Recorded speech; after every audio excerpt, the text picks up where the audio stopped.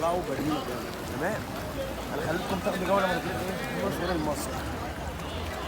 امشي لو حسيت انك مش عارف تاخد نفس كويس، غمض عينك وابدا خد نفس واحده واحده، ما تاخدش نفس جامد لان ممكن يجي مناخيرك.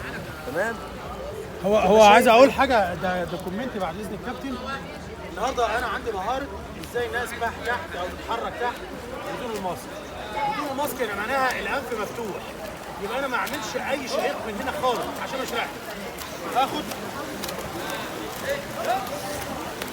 طلع هواء من هنا ومن هنا، بس ما اخدش من هنا تاني. في ميه هنا اطلعها ازاي؟ الميه اللي هنا يبقى حضرتك بتاخد من الفم تطلع من الفم، بس نهايه النفس طلعه من الانف، هتلاقي نفسك بتطلع من الانف. جربها بالظبط 5 6 ضربات رجلين كده وانا ماشي لقدام واروح امسك الماسك. ممكن اخلي المدرب يمسك لي في الماسك لقدام، ممكن انت تمسكه في ايدك براحتك. اهم حاجه ان انت يبقى عاملين توافق، ان ما اخدش النفس من هنا، خدته من هنا هتشرب وعينكم على بعض. والمهاره نعملها في واحد لوحده والمدرب قدامه وهيبدا يوريك. كده عملنا ريست زي 10 دقايق وعملنا غطسه حاجه 20 دقيقه.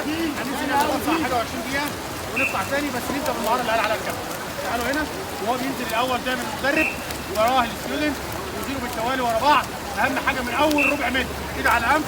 ما جاتش معايا المعده بحرك الفكين، ما جاتش معايا المعده بعمل ايه يا شباب؟ باب العريق. عايز اتفرج على المهاره دي؟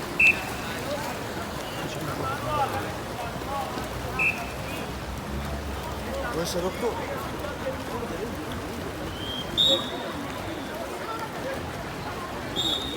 المدرب علميا بيستقبل الستودنت تحت الاول وبعد كده يديهم الاتجاه اللي هو عايزه. المدرب بيستقبل الستودنت تحت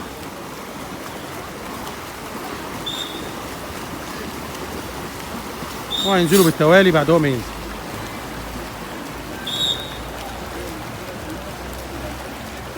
مالك انت بتشاور ليه؟ ما حدش شاور لحد، هو المدرب شاور لكم خلاص. ايدك على الانف الاول، ركزي مع الانف الاول. ايوه عشان ما ممكن يكونش معاك هوا في البي سي دي ويحصل مشكله. ما شاء الله. النفس بعمق وببطء. ايدك على الانف يعز العرق.